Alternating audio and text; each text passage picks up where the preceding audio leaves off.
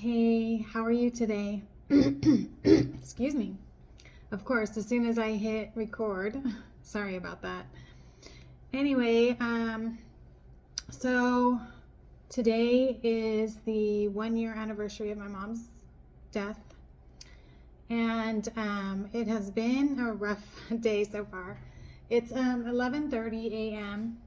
and I do have a list of, I think, 5 things that I'd like to get done today. But one of them includes like calling potential employer and talking to them. And I'm like, oh no, I can't do that today because I'm pretty sure you would be able to hear just the sadness or whatever in my voice. So, not the best day to call a potential future employee. So it's okay. They're not expecting my call. I'm just following up so I can do it tomorrow. But yeah, I have a picture of, hopefully it'll show up okay, of my mom and I when I was a kid. So I thought I'd show you. It's a couple pictures of us. This is what I looked like before I was diagnosed with fibromyalgia. You can see my face looks different. Yeah, I actually, once I got diagnosed, it took me quite a while, but once I got diagnosed, it took me 6 months to decide to make a big change in my food intake. So that's why the difference in that picture. But back to this this grief situation. I just feel so stuck today. Like I feel like I can't do anything. Like I've done a few things, but only things that like I enjoy doing so far today. I haven't done things that are required or that I have to do, the adult teen kind of things. I've been like playing Yahtzee buddies, sit on the heating pad, chatting with friends and family and text about my mom, and I ate something just a little bit ago. It's really like all I want to do is just do nothing and eat. And I don't know, I just wasn't sure what was gonna happen. And as far as I knew this day was coming, obviously, but I wasn't sure like how I was going to feel. Obviously, with my list of 5 things, I thought yesterday when I wrote that list, or the day before, because sometimes I'll write stuff ahead and a few days ahead. Obviously, I thought that I was going to be just fine and I could be productive and accomplish some things and, make things happen, right? And I will start to shame myself and feel bad for not doing things that I think I should have got done. It's such a scary cycle. And just waking up to that, like you feel like hell today, but you have 5 things you need to do, but you have no desire whatsoever to do those. It just struck me, is that depression?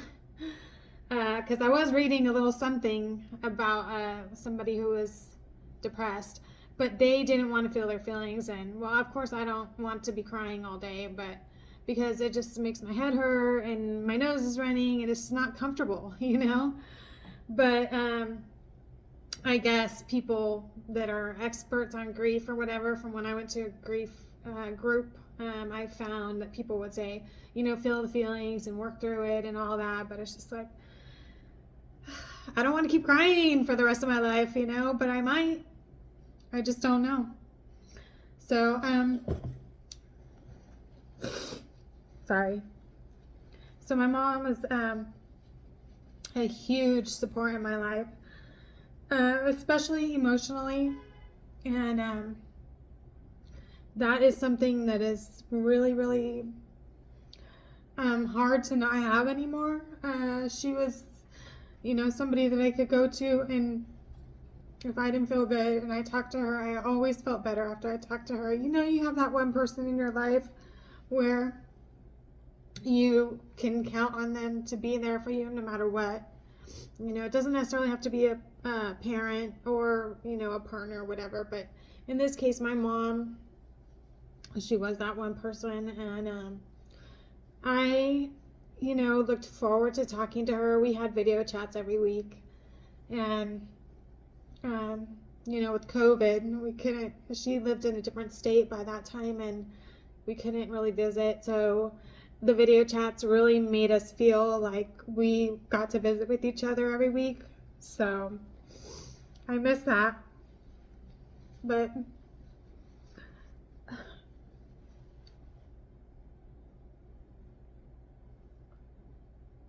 just thinking about this day last year is I think the part that really makes it the most difficult is that you know, just watching my mom in the hospital. And I'm not a huge fan, I'm not a fan of the medical system at all.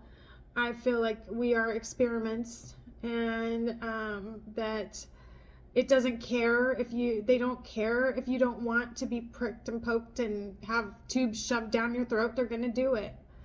And I'm sorry, but that's my opinion. And so if you work in the medical field, I apologize, but that's what my mom was going through, you know. And my stepdad was he was in denial. So she had had a stroke. My mom had had a stroke, and after she had not woken up, that's the way it was put to me, for 48 hours, I knew something was not right. And by the third day, she had a fever. Or maybe she had it by the second day, I'm not sure. And the hospital said, oh, you know, it's just a fever. We're giving her something for it. We're giving her something for it. We're doing something for it. And it's just, it's, you know, and the fever was past 3 days. I mean, it went on for longer than 3 days. You know, it did go down a little bit, but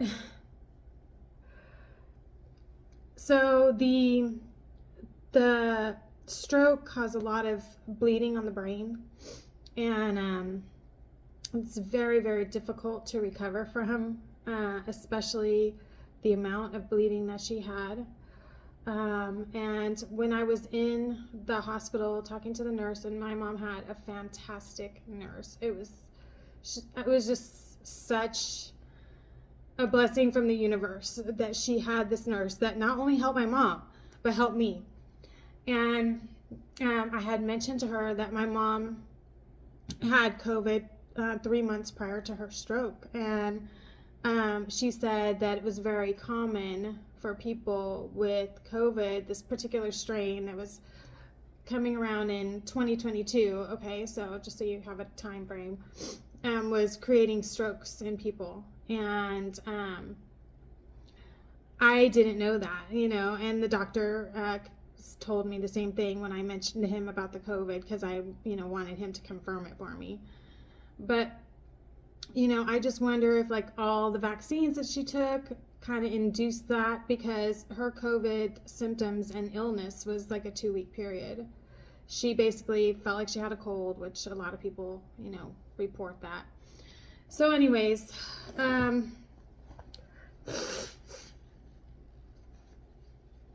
that day my mom did not want to go to the hospital, but she felt like she had numbness in her arm and pain, and this had been going on for a little bit. So I had known, that was actually a Thursday, and we always talked on Thursdays that this happened, that she went to the hospital that night, but I didn't know till the next morning.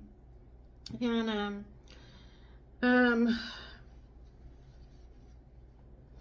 so it was really hard for my stepfather, my mom's husband, who's been my stepdad for 50 years. He was struggling to believe that she was going to come out of it. I mean, to not believe that she was going to come out of this. He really thought, he brought her Kindle to the library, and he just really thought that she was going to be able to recover. And of course, I'm so realistic. It's really hard sometimes, because you just want to say, no, she's not going to get better. She cannot even swallow on her own. She can't breathe on her own. She can't sit up. She can't even sit up. How, but you can't say that to somebody. You just have to, wait. And so that waiting for me was my torture. Just watching what this care that she was receiving in the hospital was, which was basically just forcing her to stay alive for however long. I know this is a common occurrence. People are forced to stay alive until their family shows up. And my brother that lives here in California, as I do, and my mom lived in Texas. I was already in Texas, and I kept calling him and saying, you need to come now. Like, what are you waiting for? And he refused to, and was angry with me when I wanted him to. And that was difficult too, because like, this is just her being hooked to all this stuff that, is just causing her more injury. Those tubes that they pull out, and it like starts, your body actually starts attaching to this equipment that's inside your body. And then they just yank it out of your body, and her whole body is just like doing the wave, and that is just so difficult to watch. The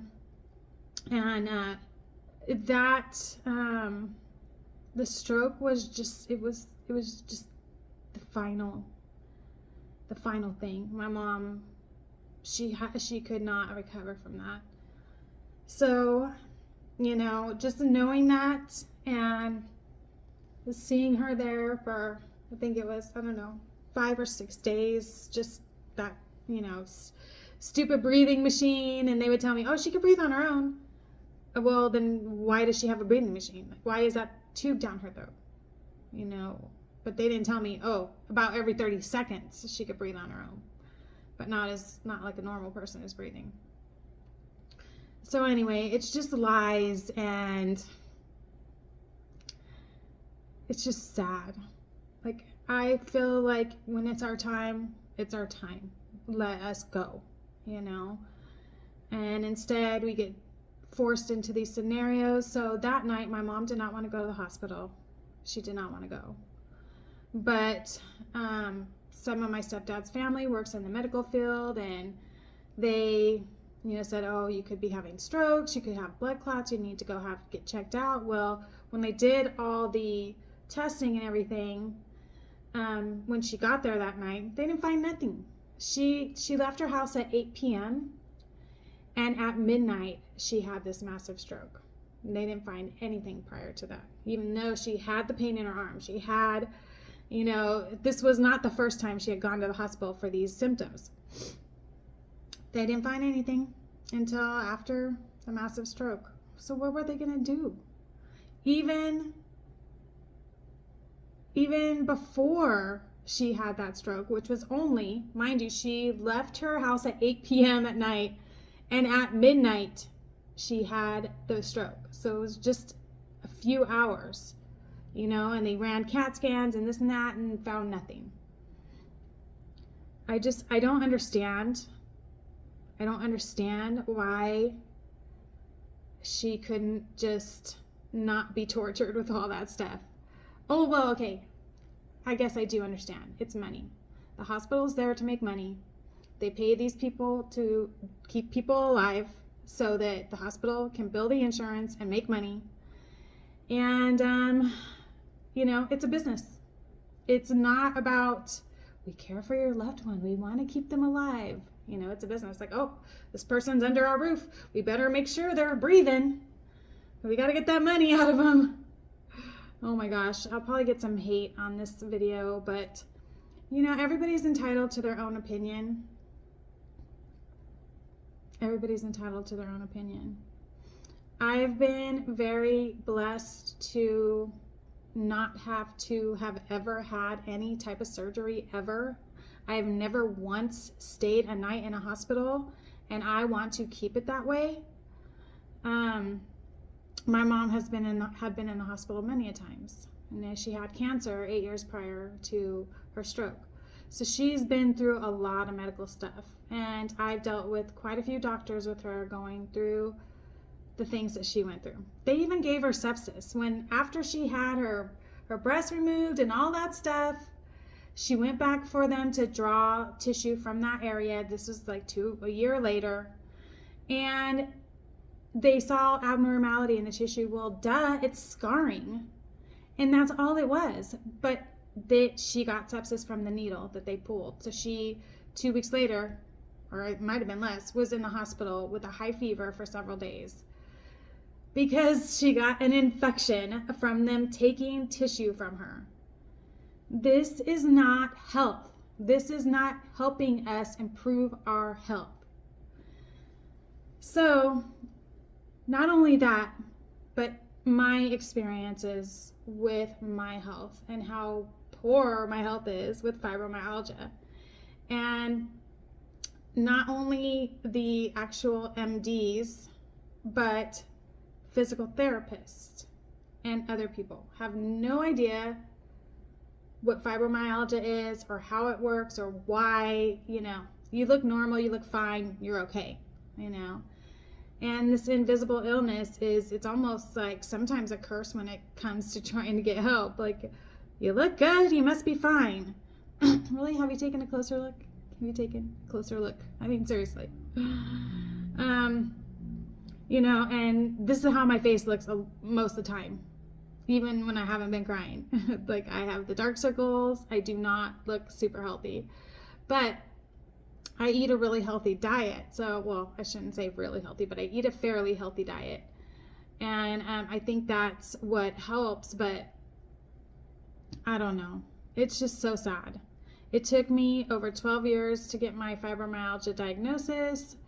The doctors thought I was just one of those people that always thought I had a medical problem.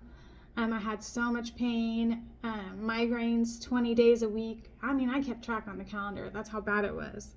It's like they don't believe you, so you got to actually keep track on your calendar so you can prove it to them. And then once they would say, oh, you have migraines? Well, let's send you to a migraine workshop. Not what's causing the migraines, not let's look into this, or what are you eating? Or maybe, hormones from dairy are affecting you because you already have your own hormones, or nothing like that. It's just like, oh, go to this migraine class. And don't forget to cut out on your caffeine and, make sure you get plenty of sleep. Well, how in the hell can you sleep when your head hurts just to lay on it? And why does my head hurt when I lay on it? That is not normal. That is not normal. So you could see from just those very few small experiences that I've had, very few examples of small experiences that I've had with dealing with the medical field. I think homeopathic medicine is definitely more for me. And, every time I talk to one of my family members, I'm like, oh, this hurts or that hurts, or, they see that something's not right. And they're like, you should take something. We're so busy chasing drug dealers, but we just pay for them over the counter, no problem. Pharmacies are everywhere. Those are drugs, people. Come on. Do you not see all the warnings? You get 3 sheets of warnings, and this is going to help you. So, like I said, I'm sure that there's going to be some people that are not going to be happy about what I'm saying, but again, it's just my opinion, my experience. After I was diagnosed with fibromyalgia, I took all kinds of medications, and I felt worse. And I was obese, and I couldn't hardly stand myself because I was in so much pain all the time. I was just so inflamed. You know, I had to go to YouTube to find out how to feel better. I had to go to YouTube to find out what is wrong with me. I had to go to YouTube to hear other people talk about it, to kind of deduce and try to figure out what the hell was wrong with me. Because I was in pain every day, and I still am. And it's shooting pain, it's burning pain, it makes you feel like you have an injury and you don't. Like I said, never had one surgery, never stayed in a hospital. You know, and trying to get a diagnosis. And it's such a simple test that they give you.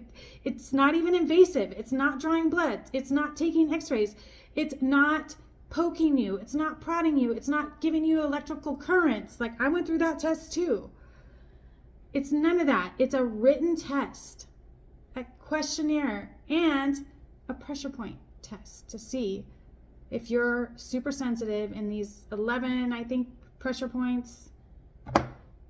Come on. That would have been the easiest freaking test in the first place. Why?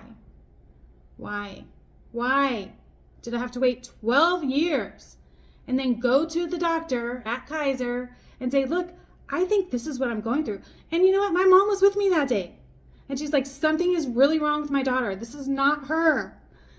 And he's just like, well, you know, we're not seeing any tests come back with anything. So, you know, just get some rest and try to avoid stress. And what?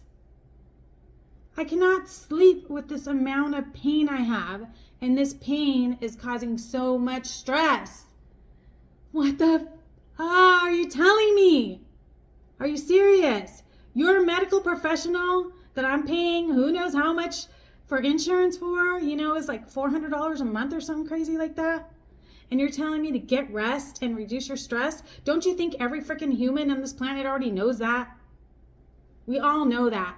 Like, come on. This is common knowledge. I have to go to the doctor to have him tell me to lower your stress and get sleep. So he gave me the written test.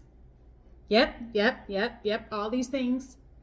He wanted to touch my knees, and I told him, you better be careful because I don't want to kick you, because I don't want my knees to be touched. You know, you touch the other point areas. And that was it. And he's like, well, what we can do is we can give you some pain meds. We can give you some muscle relaxers. Okay. Give me that stuff. Let's do that. So 6 months, I did that. I threw up from the medications. I got dizzy from the medications. I had very temporary relief from those medications. And I decided, you know, my birthday came around, which is kind of like my New Year's resolution time, my birthday. I don't know why I don't do it in January. I do it in my birthday month. So anyways, my mom had mentioned to me, you know, Christy, yeah, so just backtrack slightly. I watched that movie, Fat, Sick, and Nearly Dead, quite a few years ago, and I juiced like the guy did in that for a little while, and I felt really good after I started doing that. So my mom reminded me of that, and she said, why don't you juice like you did? Remember, you felt good. And so I started doing that, and I just juiced for as long as I could. And yes, it really did help me a lot. It helped me a lot. And, you know, they never asked me, none of those doctors ever asked me, what are you eating? What are you doing? You know, what's your lifestyle like? And at the time I was commuting about 3 hours a day and working 8 hours. So no questions like that, like nothing. How are you sleeping? You know, do you want to sleep? I would want to sleep as soon as I got home from work. I mean, it's like 3:34 in the afternoon, and I have to go to bed. I have to get a cold pack, put it on my head, because I typically always have a migraine. So I'd put one on the back and one up here, and I'd lay on the bed for like an hour. And then I could get up and eat dinner. And then it's like, well, now I got to just do whatever I need to do to get ready to go back to work tomorrow. And that's how it was. And it's still, you know, It's the inflammation is better managed now than it was then. I have really revamped my intake. But yeah, so I don't know. This is definitely a video about grief and being stuck in grief, but also about the influence of that person that passed away, which is my mom. So thank God I had her to help support me and go to the doctor with me that day, because we didn't live close to each other at that time. She was just happened to be visiting, and I was like, I'm making the appointment when you're here because I need you to be there. And when she went through all her chemo, I was there keeping records and all that stuff. And it's very hard to listen to instructions from a doctor when you've just been told that you have cancer or whatever it is. So it is a good idea to have somebody who is going to be a little bit less emotional than you are there, so that they can listen to the doctor, they can ask the doctor questions, and they can help you get the information you need. And that is, often a very tough thing to do when you're dealing with an illness yourself. When you just feel so horrible and you just want them to say something like, we're going to give you this and it's going to help you. Or have you tried hydrocolon therapy? Or have you tried eating some beets and pineapple, or juicing some beets and pineapple and seeing how you feel? No, none of that. It's like, so anyway,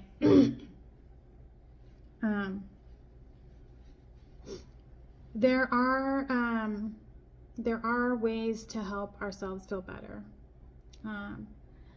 And I think making this video today is one of mine. So if you've stayed this long, and this is the longest video I've made on this channel, I just want to thank you. And I want to tell you I appreciate you. And that's truly coming from my heart. And if you're dealing with fibromyalgia or grief or a combination of them, my heart is with you. So until next time, bye for now.